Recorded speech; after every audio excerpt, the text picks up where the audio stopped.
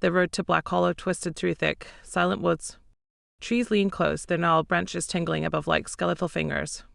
Rain tapped against the windshield as Eleanor drove deeper into the forgotten valley. Her aunt's death had been sudden, a heart attack. They said it, but the letter Eleanor received felt wrong.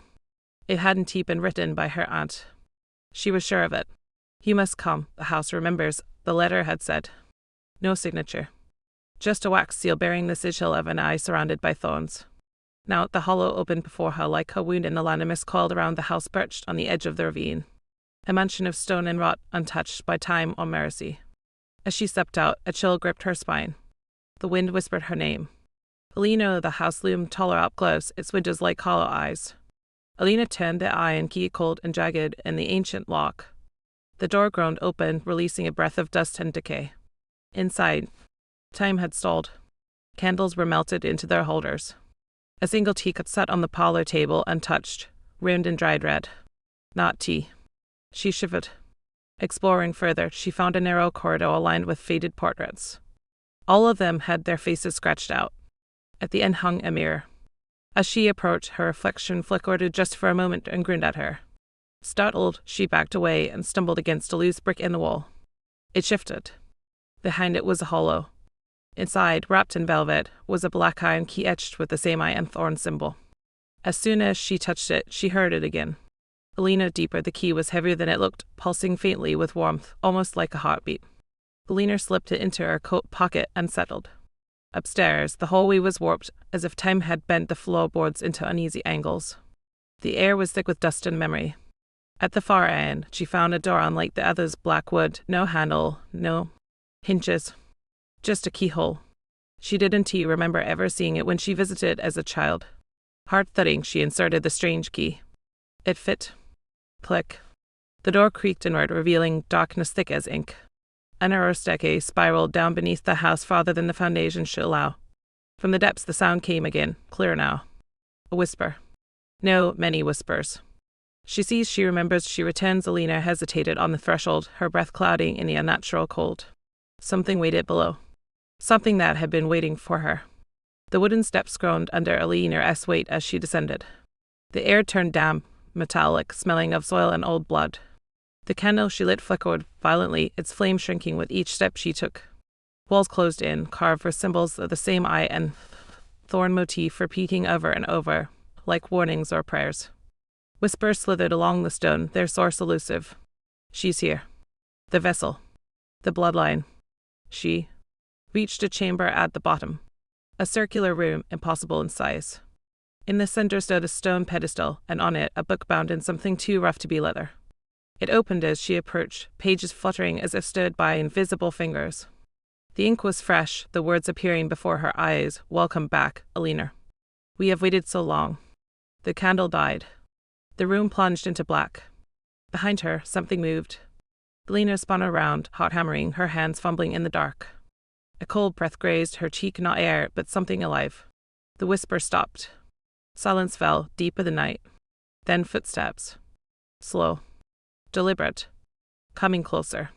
She backed against the pedestal. The book's pages flipped again, revealing an illustration, a creature, eyeless and skeletal, with thorn limbs and a crown of bone.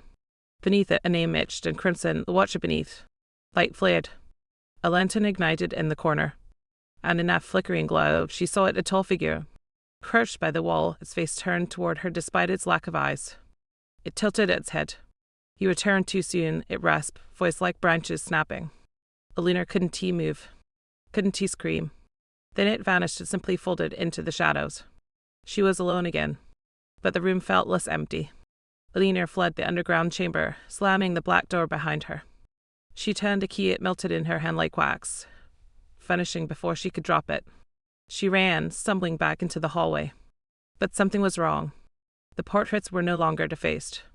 Each canvas now bore clear, vivid faces watching her. Their eyes moved subtly, tracking her as she passed. Some looked mournful, others furious. All were familiar. Then she saw it, a new portrait at the very end.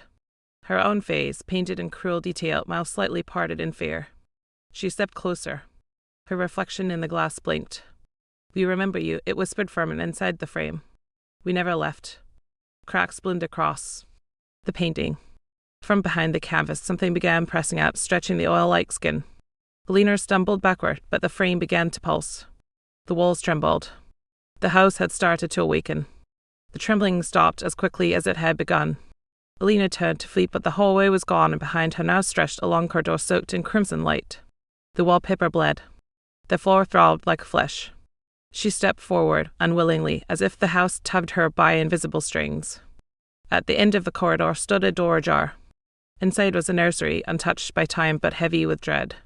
Toys were scattered across the floor, ancient and wrong eyeless dolls, rocking horses with teeth, a music box still playing a tune that didn't belong in this world. On the wall, scrawled in childish handwriting, I saw her in the mirror. She said my name. She told me the truth. Eleanor lied. Eleanor's breath caught. Beneath the writing, a small handprint. Fresh. The music box stopped. Then, in a voice eerily like her own as a child, I remember you. The mirror in the corner cracked. Eleanor turned toward the cracked mirror. It shimmered unnaturally, rippling like water. Before she could move, the surface pulled her in, not with force, but with suggestion. A whisper that coaxed her mind. Come see what you truly are. The moment she touched it, the world twisted. She was inside a maze of mirrors, each pane reflecting versions of herself, some aged, some younger, some wrong. One bled from the eyes. Another grinned with teeth too sharp. One turned its head slowly and whispered, "We read all you." Pieces of what was taken. She tried to run, but the maze changed with every step. Hallways looped. Reflections screamed. And always behind her, the sound of footsteps, a soft bare feet slapping wet stone. Then she saw it. The Watcher, gliding silently, just beyond the glass. It paused, raising a skeletal hand to touch the mirror. The pane beside Eleanor shattered. And the cold spilled in. Shards of glass floated mid-air like stars frozen in time. Eleanor shielded her face, but none cut her. Instead, they hovered, then reassembled behind her into a new mirror, smoother, clearer, crueler. In it stood a reflection not her own. This Eleanor wore a dress of mourning lace, her skin pale as wax, lips blackened with rot. She smiled with familiarity and stepped forward right through the glass. They stood face to face. I was left behind, the other Eleanor whispered. He left us all, but what do you mean? But the double only laughed, soft and broken. You don't remember the pact, the circle, the sacrifice? The floor beneath them pulsed. Veins ran through the stone like roots. We were chosen, the other said, eyes flickering with something ancient. You were supposed to stay. Then her fingers dug into Eleanor's wrist. Cold. Burning. Real. And suddenly Eleanor remembered the circle of children. And the chanting. The memory hit like a wave shot. Vivid and wrong. She was 9 again, standing barefoot in the forest behind Black Hollow. The trees formed a perfect ring. Around her, 5 other children held hands, their eyes wide with fear and awe. In the center, a black stone altar slick with something dark. A woman stood behind them, face shrouded. Her voice was thick with power as she chanted words Eleanor now understood to be old hollow tongue of the language of the ones beneath. Blood dripped onto the altar. A name was spoken in Eleanor. But then something interrupted the ritual. A scream. A blinding flash. The children scattered. And Eleanor ran. She had forgotten it all. Until now. The other Eleanor grinned wider. He broke the circle, left the gate open. From the maze, dozens of hands began pressing against the mirrors, desperate, clawing, whispering. Let us through. The walls of the mirror maze trembled violently as the hands scraped against the glass, desperate to break free. Eleanor's heart pounded. She knew what must be done. The pact wasn't just forgotten, it was broken, and something dark now sought passage through the breach. The other Eleanor pointed toward a distant door framed with twisted thorns glowing faintly. The gate, you must seal it before it is too late. Eleanor's fingers brushed over the book she found underground, recalling the ancient words etched inside. She began to chant softly, the old hollow tongue curling from her lips like smoke. The ground shook beneath her feet. Shadows bled from the mirrors, twisting into monstrous shapes. The Watcher's voice echoed a rasping hiss of fury and despair. With every word, the gate's thorns brightened, and the hands retreated, fingers curling back through the glass. But as the last word left Eleanor's lips, the gate shattered it, and the darkness surged forward, swallowing the light. Darkness engulfed Eleanor, cold and suffocating. She stumbled backward, the world twisting into a void filled only with whispers and shadows.